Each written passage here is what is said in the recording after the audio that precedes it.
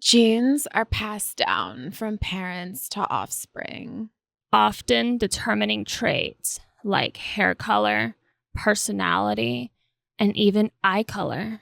My genes have a rip in the knee and a ketchup stain from last Tuesday. My genes think straight leg is a political stance. My genes think distressed is an emotional state. My genes are convinced that they're vintage because they're tired. My genes can't decide if they're skinny or relaxed fit. My genes are low rise, and so is my self-esteem. My genes are confused. Anna and Jessica have okay genes. Let's talk about Hitler. That'll make sense later. I'm immaculately conceived. I don't know what to do. I swear I'm not stupid. Take it or leave it. Sometimes you just want to leave it. If I gotta borrow my mom's underwear, I'm borrowing her underwear. You just, yeah. Misa likes the Jar Jar Binks. I'm not gonna edit it out. Oh no. I don't know. Like, I think I was pretty great. Just staying on the to planet. suck. Why are you saying it with a question mark? Clap, bitch. All right. 3, 2, 1. Action.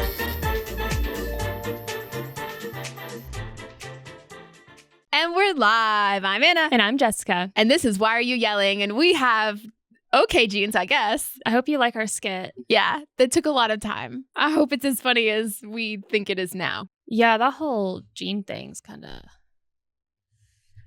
I'm just concerned and confused by all of it. All of it. I just am confused. I don't... Just to set the stage for those who don't know, we're referring to the American Eagle jeans ad that came out like relatively recently featuring Sydney Sweeney. She's done a couple of spots for them. But the one we're referring to is the one we just did a parody of, which is where she says, "My genes are blue." And it's a play on GENES, like your hereditary genes, and GEANS, your denim genes, right? And I don't have a problem in general with just like I don't mind the play on genes. Like, it's fine. I mean, people have done it in the past. Yeah, I think that, Sydney Sweeney has great genes. Okay, yeah, sure. She's a pretty girl. Plus she's like the hot commodity. She's like the desired person right now. Her and like Anna de Armas are like the girls that everybody's drooling over. Yeah.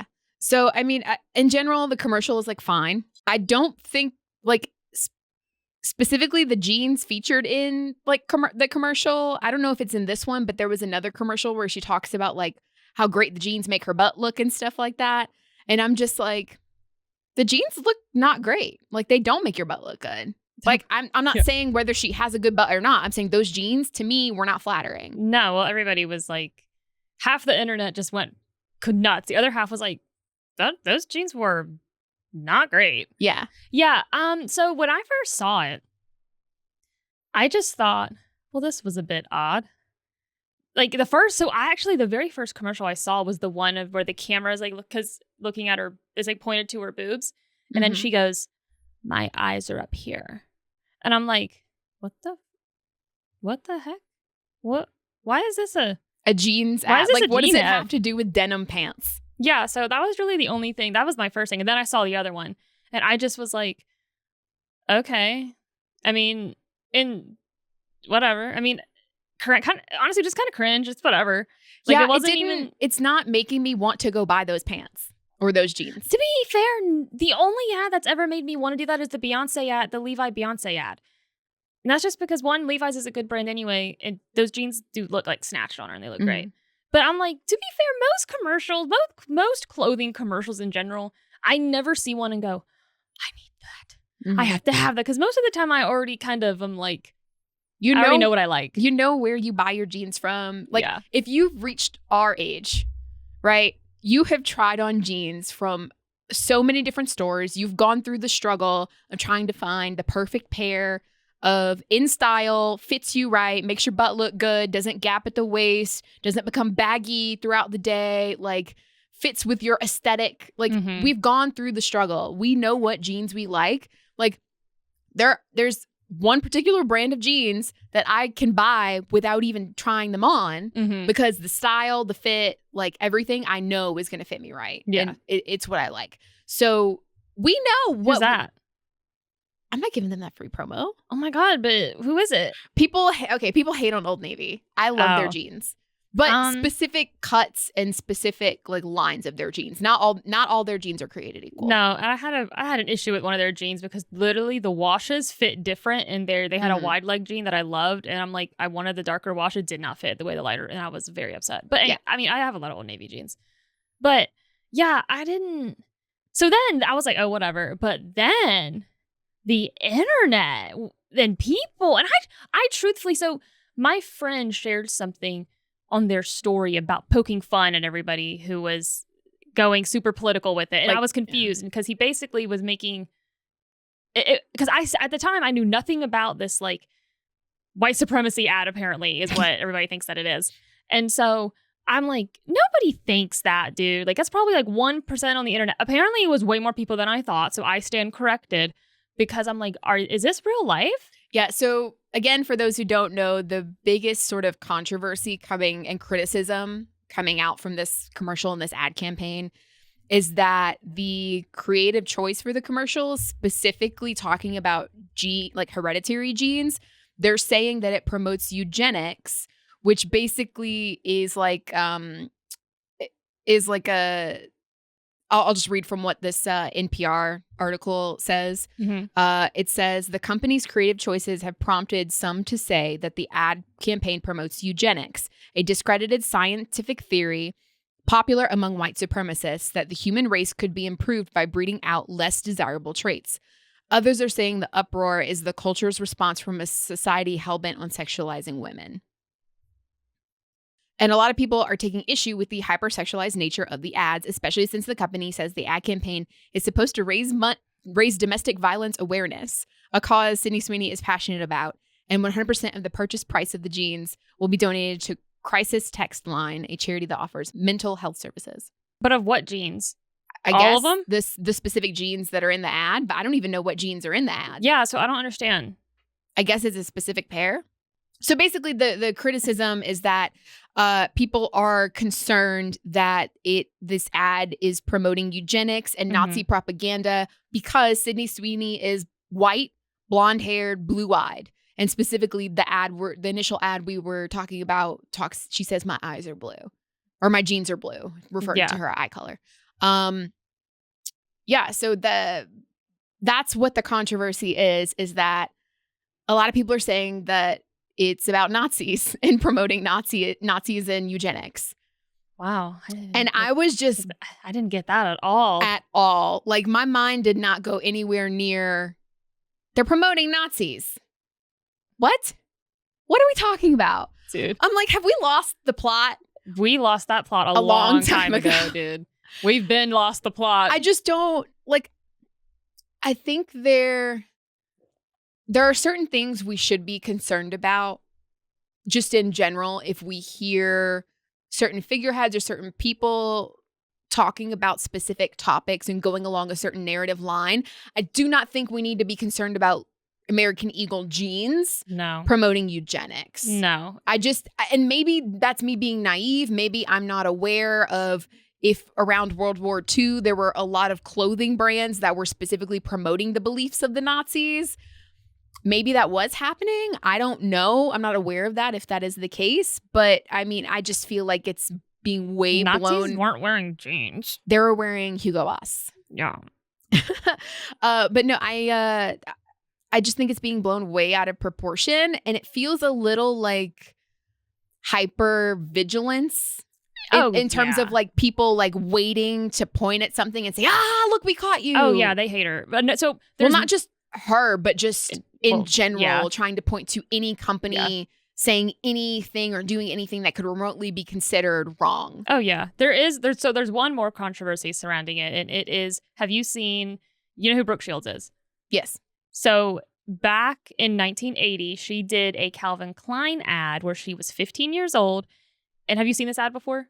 Where basically it's the same sort of concept, but like it's so overly sexualized. If you haven't seen it, actually you should pull it up and watch it, and we can just kind of start from there because that's another reason but I have thoughts on that, but I'll let you watch it first. A few moments later. So if you haven't seen the Brooke Shields ad, it is an ad she did in 1980 and she was 15 years old. She was 15 when she did that.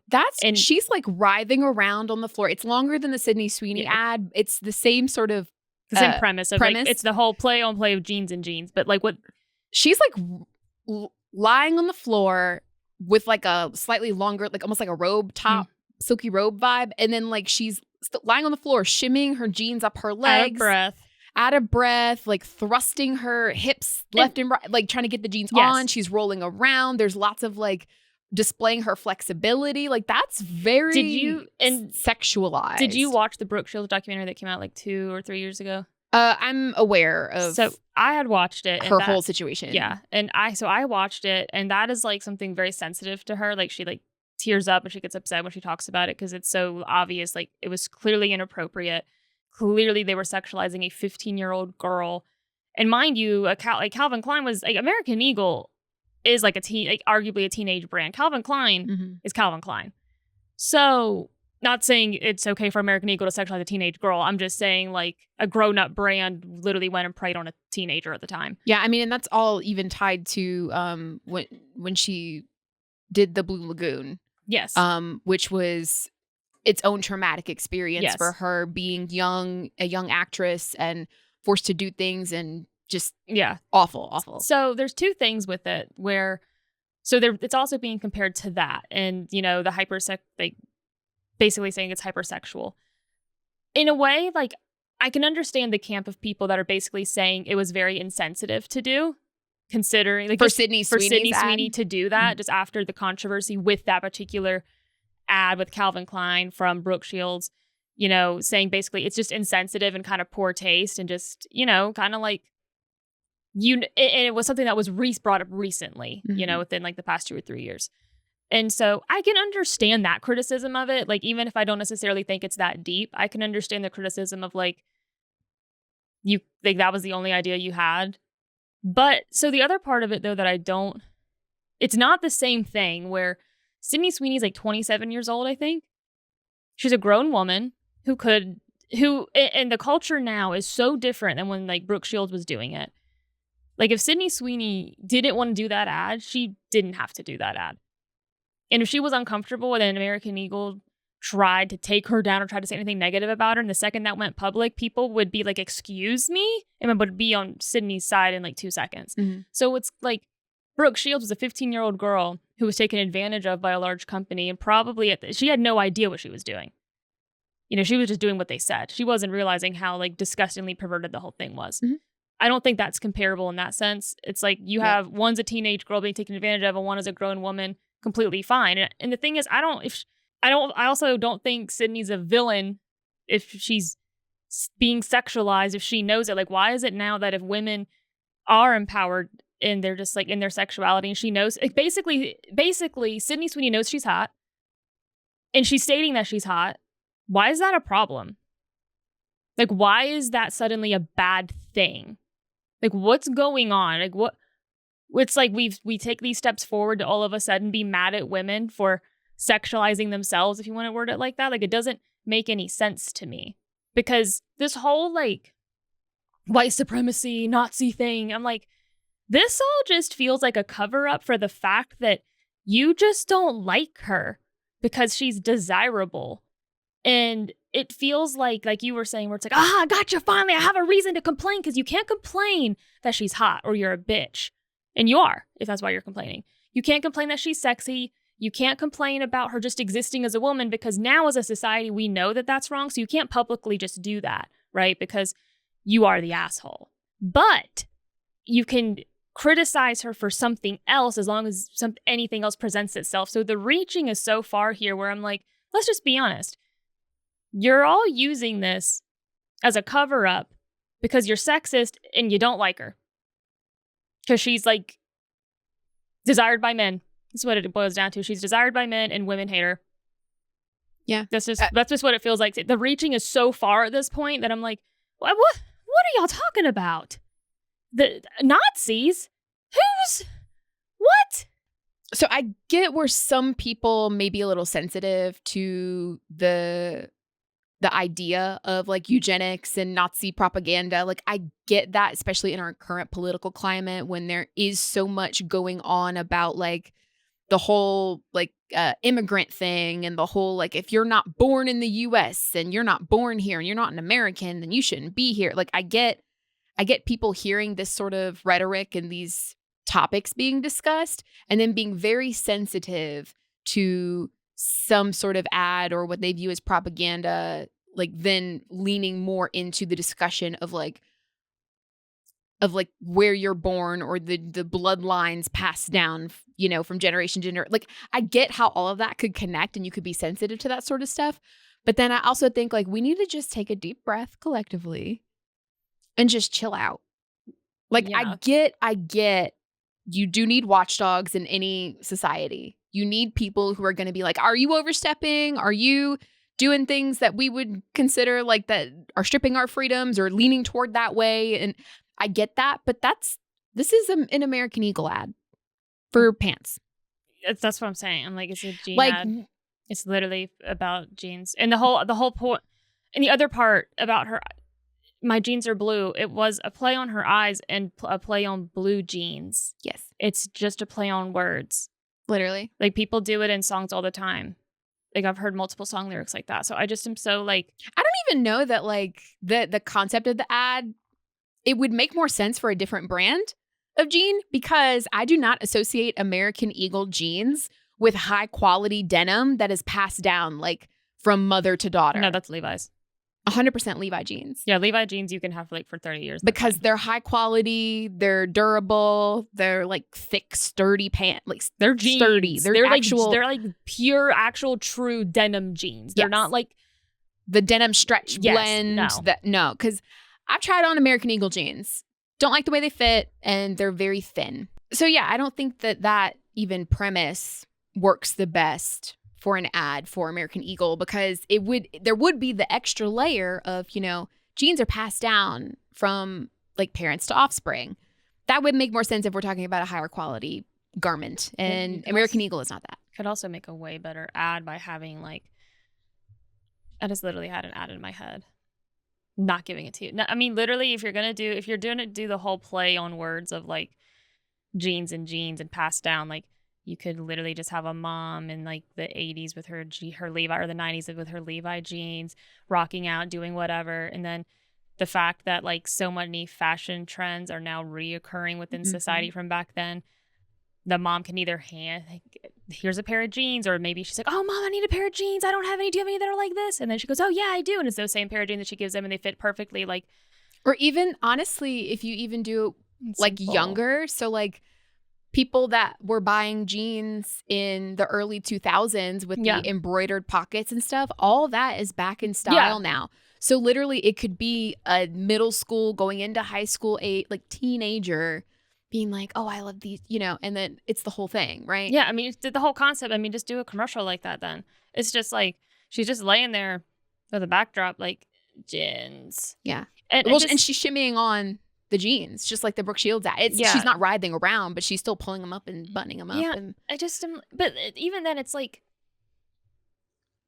it was just like, what?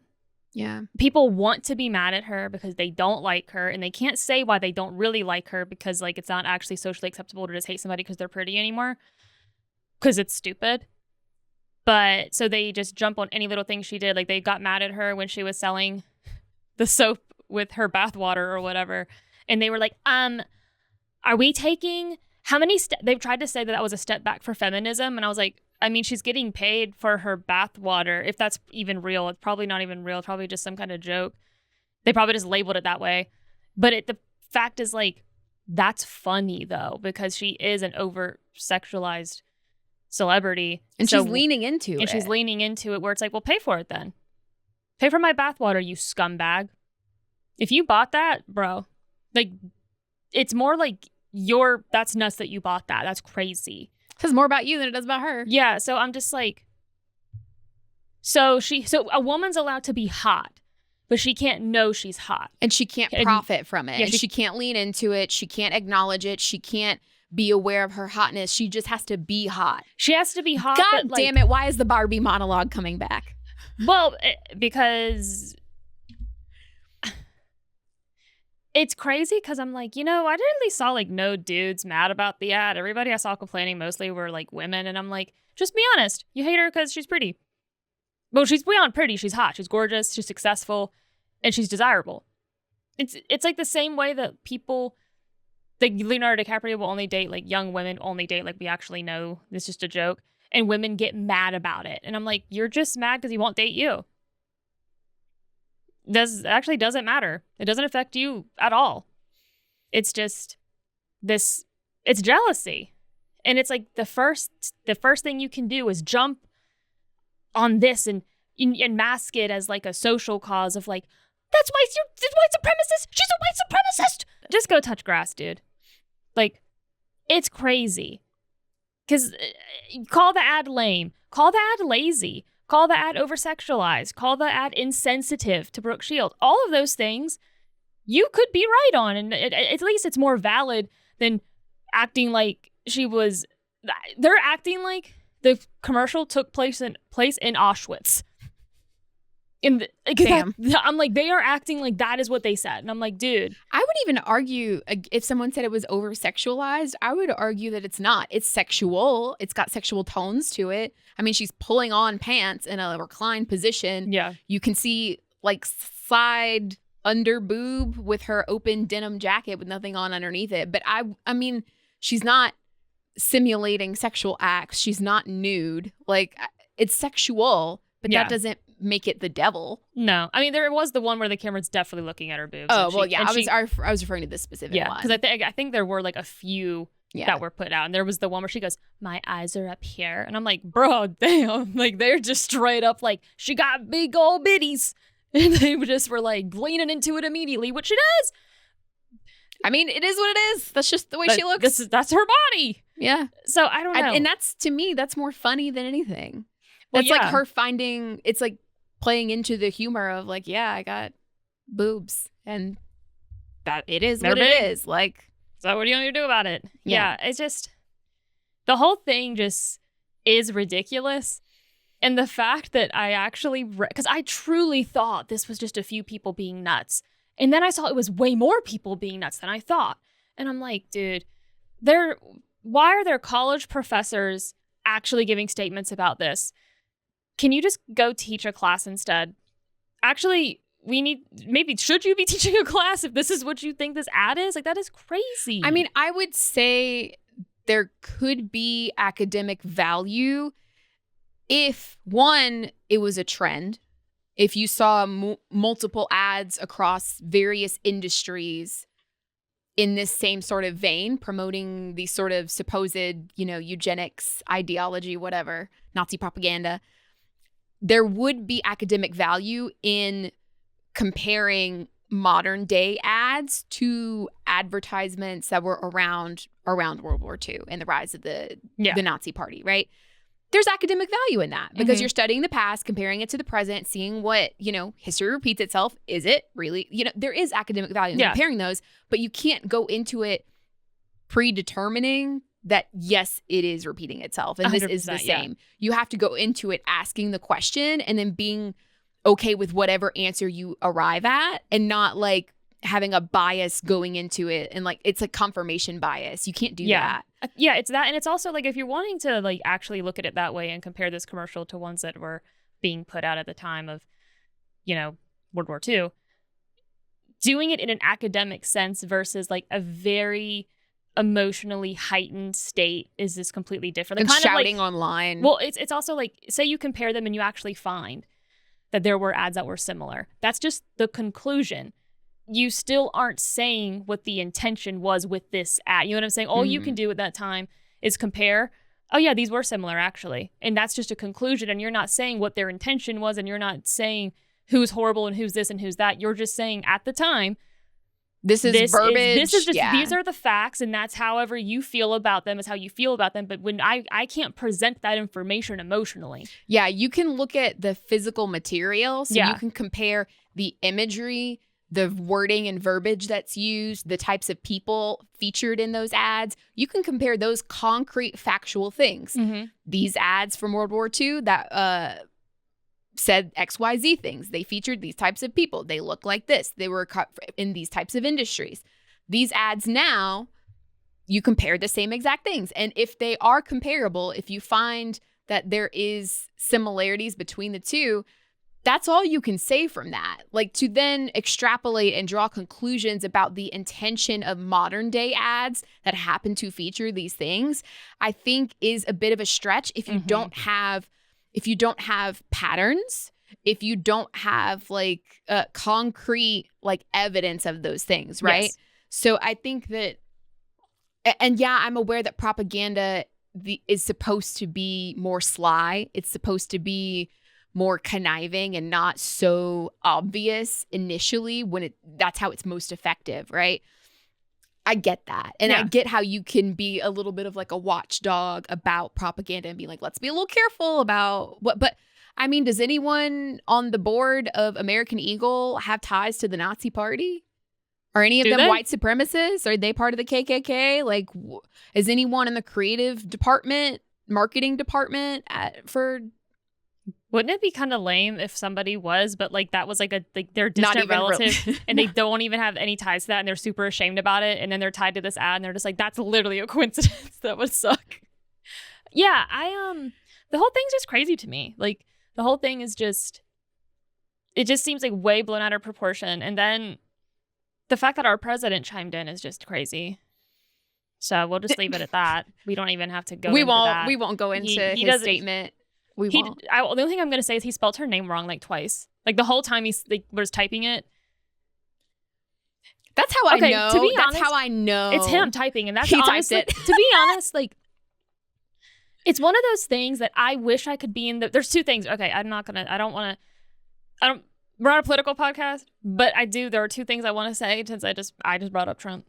I wish I was in the room when he was tweeting sometimes, because I just want to know how he holds his phone. I want to know is he one of these, like, or is he like a furious thumb typer, or is he like is he a one finger pecker? Like, yeah, I want to know, or is he like, say this? But is he dictating to somebody? It comes across like he wrote it though. Because of all the, I wonder if I would die if there was someone on his staff whose job it was to like, he says what he wants his tweets to say, and that person's job is to like write it down in his style of tweeting. Like, is there somebody who has cultivated a style of Twitter post in the voice of Donald Trump, and like that's their job, is to is like, he just says things and then he's like, tweet it, post it, do it, perfect, love it, make this all caps, like. I just wish I could. I wish that I just would have parentheses. Yep. 3 exclamation marks. Like, I just wish that I could be in the room when that happened at least once, but like invisible, because I just truly feel like that would be the most hysterical experience of my life. The second thing I wish I was in the room for was when he saw those South Park episodes. I truly wish I was in at least the building for that, because that was hysterical. But that's a whole other thing. Yeah. Well, Sydney, hope that a lot of people buy the jeans. Yeah. And maybe, you know what? Maybe I'll go to our local American Eagle and try on your jeans. White supremacist jeans. Yeah. Maybe I will. No thanks. The last time I tried on American Eagle jeans was with you. Mm-hmm. And it was a horrible experience. Yeah, this was a couple years ago. Yeah. We were trying to find. That's when wide leg was finally coming out, or like straight, we're trying to find the jeans that are tight on your booty, but then looser in the leg, because I want to still have form on like my upper thighs and my butt. I really wanted tightness, but then I wanted the looseness, and we literally couldn't find them nowhere. Yes. At the time. And so we were trying different places, and American Eagle jeans were just traumatizing for me. Yeah. I wish to go back. Yeah. They just didn't fit good. No. Anywhere. Like you could size up, size down, like none of it fit right, no matter what size you tried on. No. It was either too loose, too tight simultaneously in different places. It was just bad. And they were poor quality for as expensive as they were. Yeah, I remember that. So I don't know, Sydney. So not to shit talk American Eagle jeans, but I prefer Levi's. I used to when like skinny jeans were the thing. I mean, I used to buy American Eagle jeans, but not anymore. I have not in years. Anyway, so the other thing that's been going on, I don't know how to segue at all. What are we talking about? The crazy lady, the lady who's in love with her. Okay, so speaking of crazy people on the internet, yeah, this one, she's nuts. This woman is certifiably the most psychotic person I've. So, okay, let me back it up. If I just want to jump in and just immediately go into it. Okay, so for those who are not aware, there is a woman on TikTok who is telling her truth, and she is framing her truth as she was in love with her psychiatrist for 4 years, and he knew, and he kept her as a client anyway until she finally had the strength to leave 4 years later. That's how she frames it. And so then she starts the story. And let me tell you something. I really hope that the psychiatrist has went to the police and got a restraining order, because that bitch is crazy. She's certifiably like insane, to the point that I'm like, this is a parody, right? Like, she doesn't believe these things. This isn't real. Like, I saw a few comments that were like, no, she's like an author, and this is like about being an unreliable narrator. And I'm like, if that ends up being the case, girl's a genius. Because it's so delusional to the point that I'm like, this woman once said he kept his boundaries, like he had his boundaries so hard, but he controlled with his boundaries. He would get to the edge of the boundary to tease her, but like he would never pass the boundary. And I'm like, that's called a boundary. You can even walk up to the boundary, but you can't pass the boundary. So literally everything she said he did was within the confines of him being a professional. Like everything. Then she had a therapist who was a 75-year-old white lady, PhD therapist is what she kept calling her, who she was like super crazy and was going over the boundaries and stuff. And I in a way, I'm like, this can't be real. I feel like she's telling this story and she's purposely having a person who is clearly not like doing anything wrong with the boundaries. And then she has another, like a therapist who is clearly like, the therapist she talked about was extremely unprofessional throughout the whole story. And so I'm just kind of like, if this is real, I truly don't even have the mental capacity to understand how this even came to be. But basically, she's telling this story and there's just nothing he's done. She's turned off comments because everyone's like, girl, what are you talking about? Then she gets really into her chat GPT and she asks it, and it tried. Chat tried to reel her in at first, y'all. And it was like, girl, no. And then it just ended up feeding into her delusions, because it's going to if you just ask it to, basically. Yep. And she called it Henry. I mean, she was emailing her psychiatrist all the time. And I'd like to point something out. She said she was obsessed with him. She said it was like she couldn't stop thinking about him. I mean, she was like in love, like infatuated, right? She saw this man once a month for 30 minutes over Zoom. Until she did end up going after we're into like year 3, year 4 at this point, like basically towards the end of when she finally ends things, which I'll tell you how she did that. So over the course of 3 or 4 years, she's spoken to him for a total of 18 to 24 hours. Yep. 30 minutes once a month. That's 6 hours a year. Through a screen for 18 to 24 hours total. And you're in love with him. Yes. You're crazy. You are crazy. And everything she said about him, I'm like, he's literally done like nothing wrong. And she kept saying manipulation, and he knew, and she kept saying things like, oh, and I know he loved that. And I'm like, how do you literally know that though? Like, what do you mean? So she ends up finding out that he has in-person appointments, and then she schedules one, and then she goes in and she has one, and she tells this man in person, she's like, during the full moon, I swear to God, I can't even do it. Okay. During the full moon, she was ovulating. And so she had a sex dream about him. And they had sex in his office. And then she tells us that she has this dream. And I'm like, ew, but not a crime. Then she goes to her appointment and tells this man to his face that she had a sex dream about him in his office. And he goes, Like she says he's like, oh, he's like stunned. And then apparently in the dream as well, after it happened and she leaves, she's like distraught because she was sad that he didn't stick to his boundaries because he should not be having sex with clients. And well, he's not. Yeah. So she was distraught in the dream. In the dream that it happened, even though she's so thirsty for him. It's so weird. But I don't get it. Because she's like, I love his boundaries, but he was manipulating me and using everything I told him against me, even though she gave like literally no examples, and she could never give any example whatsoever of him ever being inappropriate, like ever. Yeah. Like zero. Literally zero. And so she had framed this whole story, right? At the very end, she's like, well, when she first started it, she goes, till she had the strength to walk away. She didn't have the strength to walk away. She didn't have no more insurance that was going to cover those visits for free. And so then she found out she was going to have to pay $100-something a visit. And she said, heck, I ain't doing that. She didn't have the strength to walk away. She just didn't want to pay for it anymore. She just lost her job. However, quit, got fired, whatever, lost her job and no longer had that really good insurance that made the appointments free. And now she's going to have to pay. And then she said, peace out. Yep. And that was the strength to walk away. And she needs to tell her story. She talks in a way that infuriates me, by the way. Oh my God. I haven't watched all these clips. I've listened to a couple of them before we started recording. I was like, is there an update to this?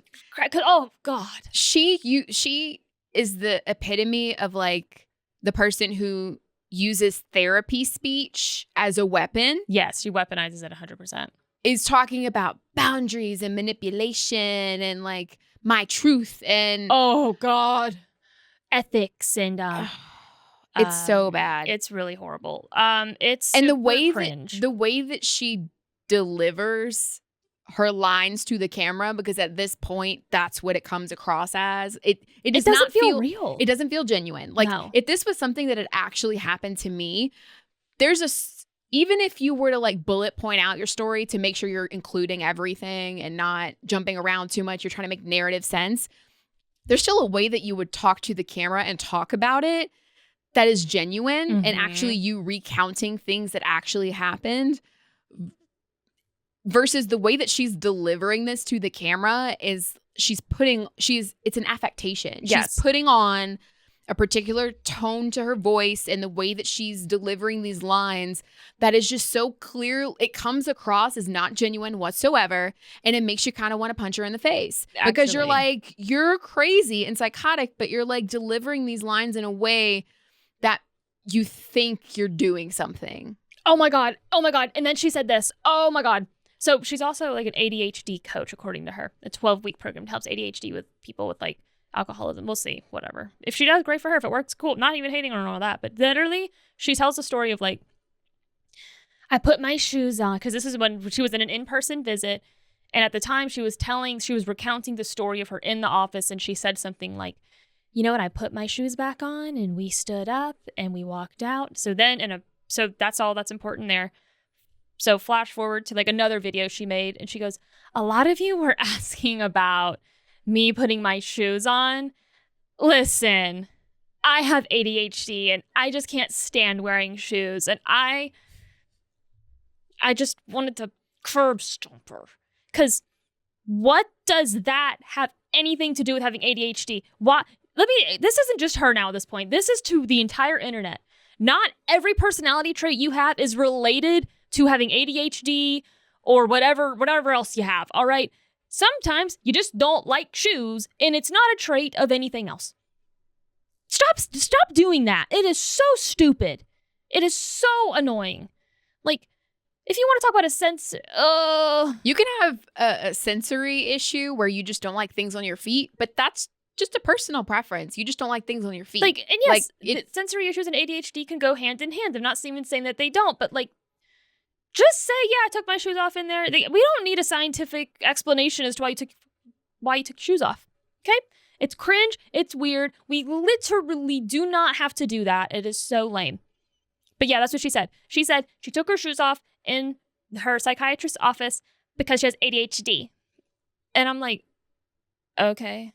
Just so stupid. Yeah. The way that she speaks is very like slimy. The laugh. The laugh she did that you hated. Oh, yeah. She said something. It was like, she goes like, like, I hate it. It's such a fake, condescending, like, just the way that she delivers everything is slimy. Yes. And cunty. Nasty. That's a bad word, but cunty. It's nasty. There's something nasty. So before the episode started, we were talking about the word nasty, and you said nasty sounds like exactly what it is. Yes. So the word sounds like what it means. Yes. So like the word nasty sounds nasty. It sounds like, ugh, gross. Just the way the words come out. Just like how moist to me sounds like what moist is. But there's certain, or like crunchy. Crunchy is kind of a crunchy, or crackle. Crackle is like a crackly word, right? There's certain words that crackle is definitely a crackly word, right? There's certain words that just sound like what they mean. Yeah.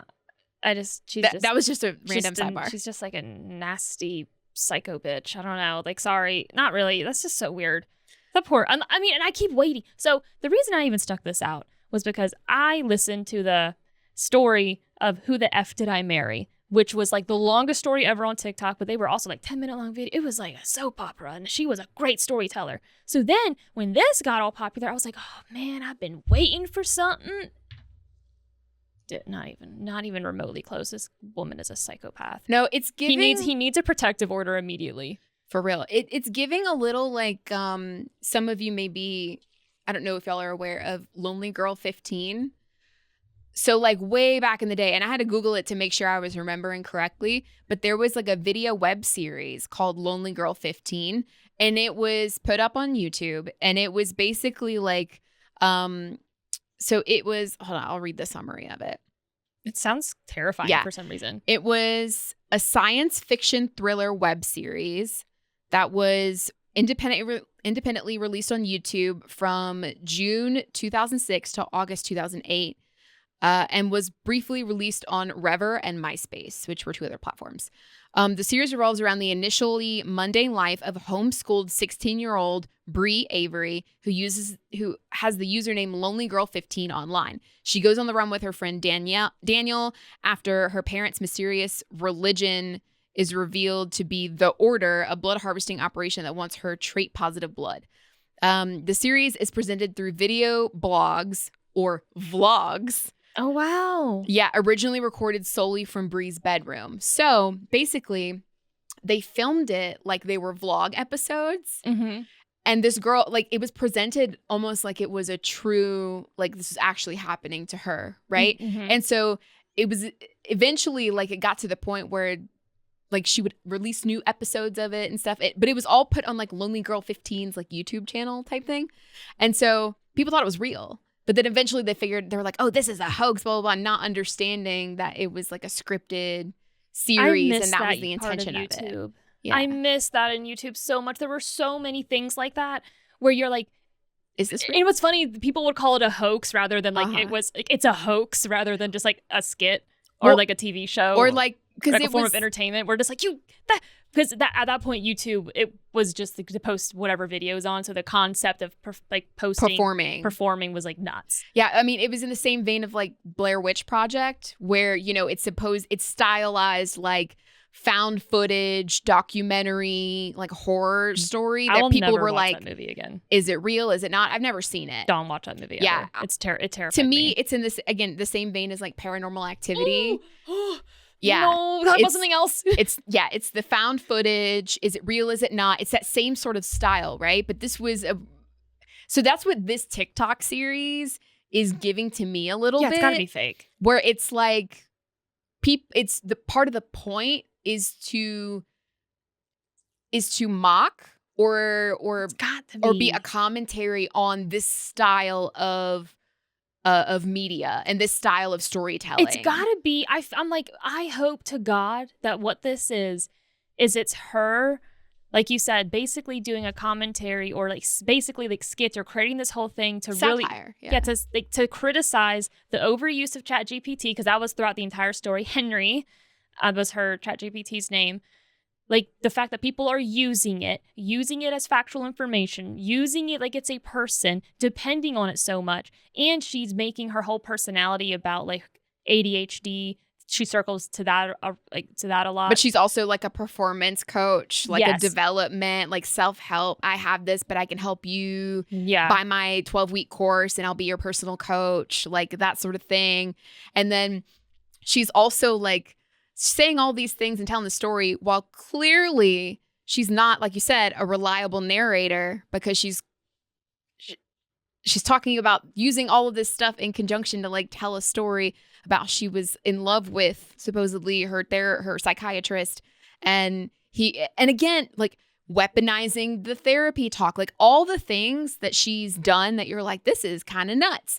It is all like it almost looks like social commentary on how everybody speaks, and if it is, she's a genius. I'm saying right now, if she comes out and says, "Did you think that was crazy?" Well, that's what half of you sound like. I would be like, that would put everybody in their place, because I'm like, and people are so quick to believe.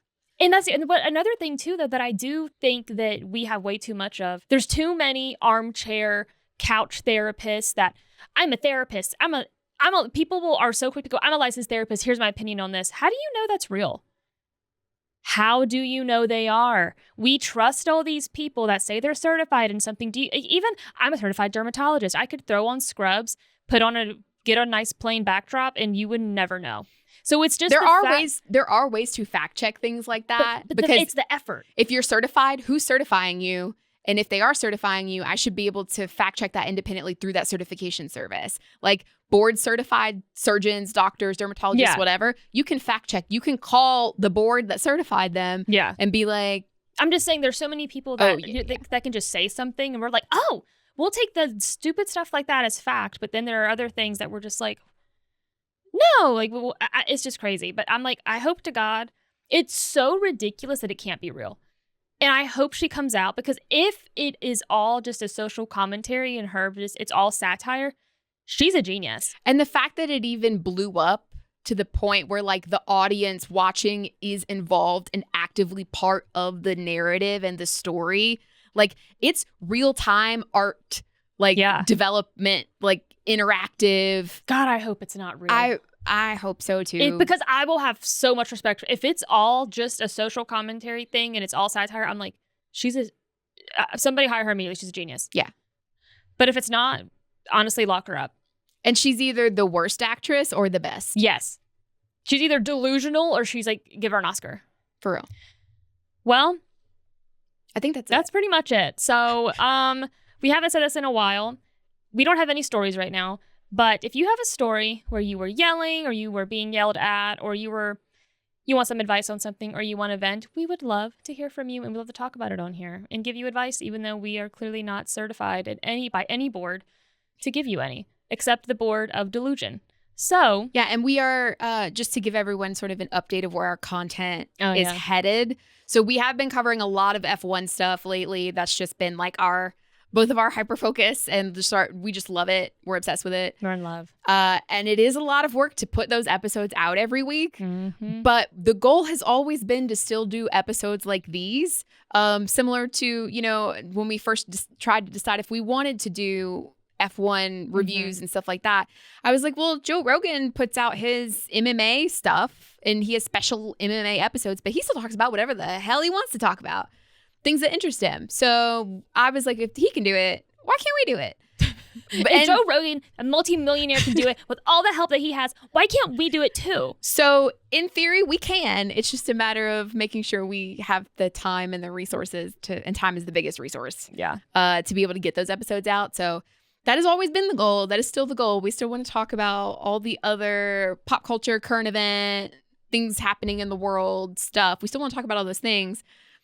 And the plan is to do that more going forward. Yes. So ideally, we would put out 2 episodes a week. We're not committing to that. No. We're committing to the F1 season for sure. Yeah. And at least on the weeks when there are some extended breaks in between, we will be doing more content like this for sure. So yeah, I think that's it. Well, if you needed to submit a Why Were You Yelling story, by the way. So if you have a story where you were yelling, you were being yelled at, or you just want some advice, or you want to vent, or you just have some ridiculous story, we would love to hear it and give you advice or just commentate on it, even though, like we said, we're clearly not professionals or certified by anybody to give you advice, but we will anyway, at your own risk. You can submit those stories at waypod.storytime@gmail.com. We would love to hear from you guys. And that wraps it up. So we will talk at you whenever we talk at you next. Bye. Bye.